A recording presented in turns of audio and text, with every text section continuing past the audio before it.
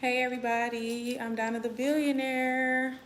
Welcome to my channel, everyone. As y'all know, I'm the girl with the beauty and the brains. I love fashion, I love lifestyle, but I love business, I love finances, and I love teaching people how to be great. So that's just what I do. I'm not gonna keep y'all long. I wanna thank everybody who is new here. Y'all gonna like it here, okay? You're gonna love it here. And thank you to everybody who's been rocking with me for like ever and ever, okay? So this is tips on starting a business from scratch. It's not gonna be long because it's raining like crazy outside and I don't want my internet to get acting crazy, right? So the reason why I'm doing this video is because they say that most businesses fail within the first 5 years, right? But I don't want that to be our story, billionaires, okay? All you have to do is take advice from people who already been where you're going, and it can save you some time, it can save you some mistakes, it can save you a lot of hardship, right? So we just got a couple things we're gonna go over. Um, when you are starting a business from scratch, it's a lot of things that people they just don't think about it long enough, because if you think about some of these things, it would be only right for you not to do them. Okay, so one thing that I want to talk about is not overbuying inventory. Like sometimes people be so excited about getting their business started that they just go out and buy a whole lot of stuff. They have not tested the market. They have not gotten any type of customer reviews to know what their customers actually want and like. They have not sold this product ever anywhere. And they are buying like bulk and boatloads of stuff without even knowing if they can sell it. So I've seen this in many people businesses, people that I've known, family members, whatever, anybody who I have helped with business. I see this a lot. Like people, they set up their business, they be so ready, and they have not even done a launch. They have not even warned the market to tell them that something is about to drop. They literally just go and buy a lot of stuff, and then they got just like so much stuff that they can't even get rid of. Then next thing you know, months later, you look up and they still got all of the stuff. Like you never tested the market. You never did customer interaction, like got feedback from your customers to see, okay, well, they like lashes, but what kind of lashes do they like? They like lip gloss, but what kind of lip gloss do they like? They like they like to buy clothes, but what kind of clothing do they like and what are they looking for at this time? You always want to get feedback from your customers. You definitely always want to do a launch, kind of like put it out there weeks before to let people know it's coming. That way people can start either pre-ordering or pre-saving or whatever, or they can like reach out to you and like inquire, and at least who to reach back out to when it dropped. That people are actually interested, right? So just let's not do that. Let's not go out buy a whole lot of inventory not even knowing if we can sell it. Okay, we're not doing that. So another thing that I wanted to talk about is managing finances, right? So that kind of goes with buying stuff that you can't get sold. But aside from that, when you first starting a business, it's always going to be some investing that you need to do. So you don't want to, like, sometimes when people get money into the business, they automatically spend it because they think that they're gonna get it again and get it again, which is, you do have good seasons, then you have slow seasons. Everybody has slow seasons. Even I have slow seasons. And so the way that I conquer my slow seasons is I do well with my money when I'm making it. So therefore, when stuff start to slow up, I have leverage. Whether I can go get credit, or I got enough. I remember when I got into my car accident, I literally had 3 or 4 months worth of money that I was living off of. I didn't go out the house. I wasn't working nowhere. I did have like lash orders coming in. Thank God for that. But when you manage your money properly, you have the capital to continue business. Like, you might need to invest in marketing so that your business can continue to grow and generate. Because one thing that I realize is, okay, it might cost you a couple dollars at first to get your business out there, but once you have customers and you service them properly, and they actually like the product and the service that they're getting, they're going to continue to come back, which means, okay, you might have paid to get that client one time, but they're shopping repetitively. So you want to do well with your finances when things are going good. Don't just be like, oh, I didn't do nothing but make a $50 sale, I'm gonna go ahead and spend this $50. Like, no, as a business owner, ain't nobody making your check for you. So you got to be able to put up money, put money where it's supposed to go. You're not only saving for business expenses, you saving for rainy days, you saving for your personal savings. Like, as a business owner, you have a really big responsibility. It's not just like somebody that's working. Like, you got a big responsibility. So keep that in mind. Manage finances wisely. I also think that you should, ooh, that lightning is so crazy, but I also think that you should utilize, I want to say, like, utilize technology to your advantage, right? So one thing that has been amazing for my business is a couple of things. I'm gonna say first, live streaming. Like, I don't care what I'm doing. Sometimes I just go live on platforms like I told y'all, Tagged is one of my really good platforms. POF is one of my, like, people think those are dating sites, but they're live. Bigo TV, those are live sites. I love Bigo TV, but those are live sites where it's new people on there every day from all different areas. You can change your location as many times as you want to, so you encountering new people every second, and you just promoting your business on there. No matter how long you on there, you encountering new people. Unlike a Facebook or a YouTube. I mean, I'm sorry, YouTube is amazing. Don't get me wrong. Don't play with it. I'm talking about Facebook and Instagram. Most of the time, it's the same people that's watching your stuff, that ain't liking nothing, that ain't supporting nothing, and it's no revolving door. But when you do live streaming, on like platforms where a lot of people are coming, YouTube is another one. I love YouTube. But aside from YouTube, it's other platforms that you can use. Some people use Twitch. It's a lot of different platforms out here. It's another platform called Fanbase. But and then I use Lemon8, I use Pinterest. So it is a lot of different platforms that's made specifically for you reaching massive people. And a lot of those platforms you're making money off of when you stream live. So like Tagged and stuff, people can send you gifts, they send you money, whatever. But as I'm on live, not only am I making money, I'm promoting my business. So that's just like a double whammy, okay?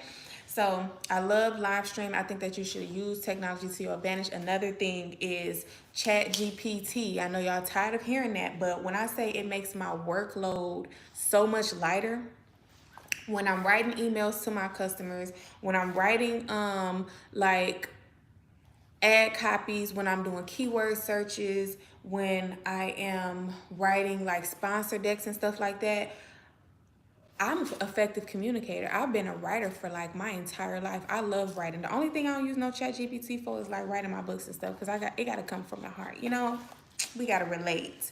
Me and my readers gotta relate. But stuff like quick stuff, like, you know, captions and keywords and video titles and stuff like that, use stuff to your advantage. Video descriptions, captions on Instagram, like I said, company emails and stuff like that. You don't want to sit there all day and just make your workload more than what it already is. So use technology to your advantage. Another thing is going to be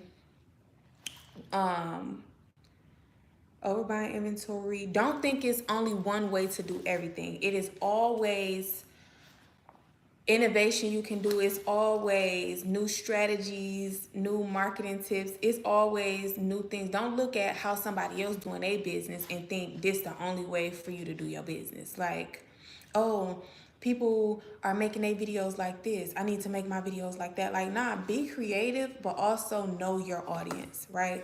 So don't always think it's only one way to do things. I think that you should actually write your business plan down so that you can go to it and see it.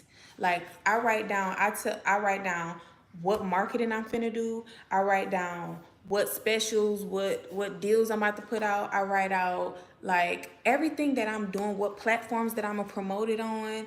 what advertising platforms I'm gonna use, like where I'm finna allocate my money. Like I write down literally everything so that if any reason I get stuck, I can go back to what I wrote down and my entire plan is right there. So that's a big thing for me. Of course, we all know networking, but I'm not just gonna say that and leave it there, because some people think networking is just like making a post or going out and passing out flyers. No, no, no, no, no. When I say networking, I mean be very, very specific to what type of networking actually matches your business. Like, why are you promoting you being a business coach at the club? Everybody is drunk. They're not thinking about, they could care less. They really could care less. Not saying that if you out there, you can get them a business card, because you're supposed to promote everywhere you go. But so make sure that you are looking up business networks, or I don't know what you do. If you sell items, make sure it's a pop-up shop. Make sure that you go into co-working spaces where other business owners are. You know what I'm saying? Like, it's suites and buildings where only businesses are.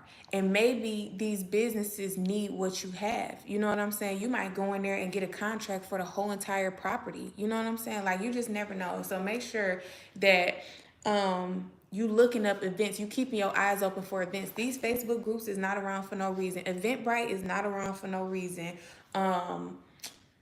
Like, you gotta be able to be alert. Okay, don't let stuff just pass you by, and don't be the type of person that feel like, oh, we gotta pay to get in. Oh, we gotta pay for the ticket. Who cares? When I get in there, you know how many people I'm finna touch, talk to, pass business cards to. You know how many people gonna remember my name because I don't play about my business. So, and everywhere that you go, it can be the kids' school, it can be church, it can be the nail salon, it can be the barber shop. Wherever you go, it could be the grocery store. Like, wherever you go, make sure that you are networking. Make sure that you are a walking billboard. Y'all know me. I wear Donnathebillionaire shirts everywhere all the time. Like, I barely ever get dressed, and I just got so tired of it. But I wear Donnathebillionaire shirts all the time everywhere I go. And that's because I never know who I'm gonna bump into, and they need to know who I am. Like, it's people who need business coaching, financial coaching. They need what I do. But for one, they're not gonna just hop out the woodworks and talk to me. Some people don't even know I exist. And like, some people just don't know where to find the help. So if I have my shirt on, I might be crossing paths with them, might not even speak to them, but they might see my YouTube channel, go look up my channel, catch a video of something that they needed to know about, and there it is. It's a new connection right there. So one thing about me, networking is really big. Lately, I've been seeing like networking mixers, like people posting flyers, and like they got summits coming up, they got conferences coming up. I'm not gonna be the person to be like, oh, that ticket $200, I'm not going. I'm not gonna be that person, because I want to be in the room. Okay, I want to be in the room where greatness is at. What you gonna get sitting around a whole lot of people who, for one, don't own no business, and for two, who ain't thinking about nothing you talking about. You need to be in an atmosphere, in an environment of people who have the same mindset that you have. And think about it. When you throw your conference, and you throw your summit, and you throw your events and your workshops and your webinars, you want people to pay for your tickets too. So put out in the world what you want to receive back. Like, you don't want people coming around like, oh, we got to pay to go there. I ain't going. You don't want them type of people around you. So don't be one of those people. Get up and go. You don't know who you're going to meet there. You don't know what type of opportunity going to be there. You don't know what type of tea going to be spilt there. Like, you might need to hear something that's being talked about in the room. So that's another thing. So don't overbuy inventory. Networking, use technology to your advantage, which is like live streaming and chat GPT. Don't think that is one way to do everything.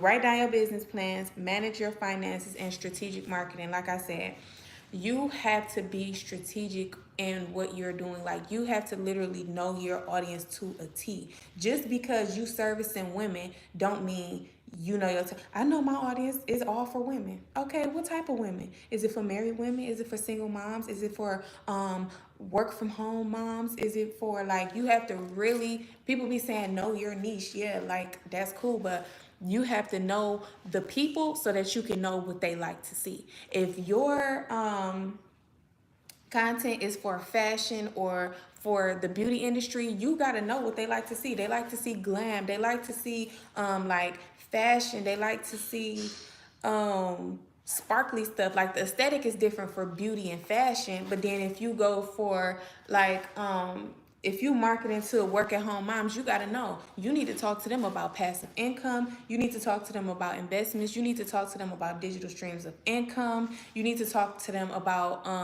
like courses and like how to write books. Like you need to know your people so you can know what to put out there in the market.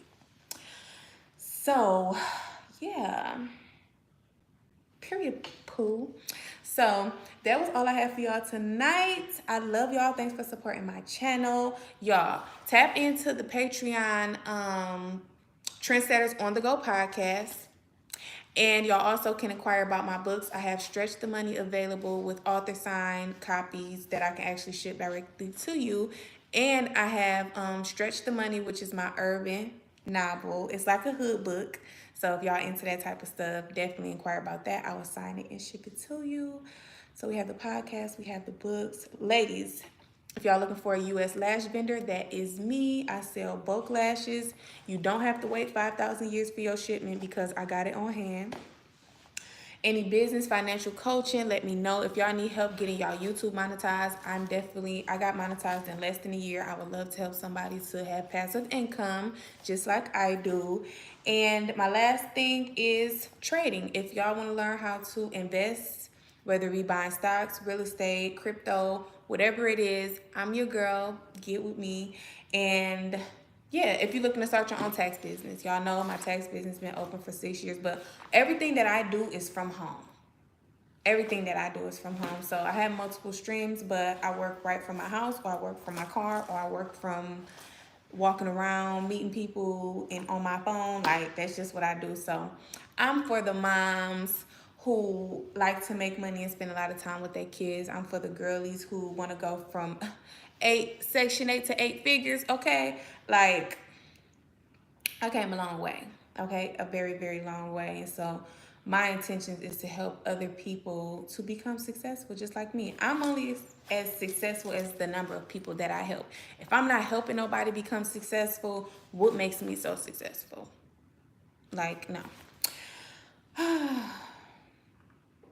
I love y'all. Don't forget to like, comment, and subscribe. Hit that post notification bell and share this with your friends, with your family, with your bed bugs, with your roaches, with your auntie, with her boyfriend-in-law. And I will see y'all in my next video.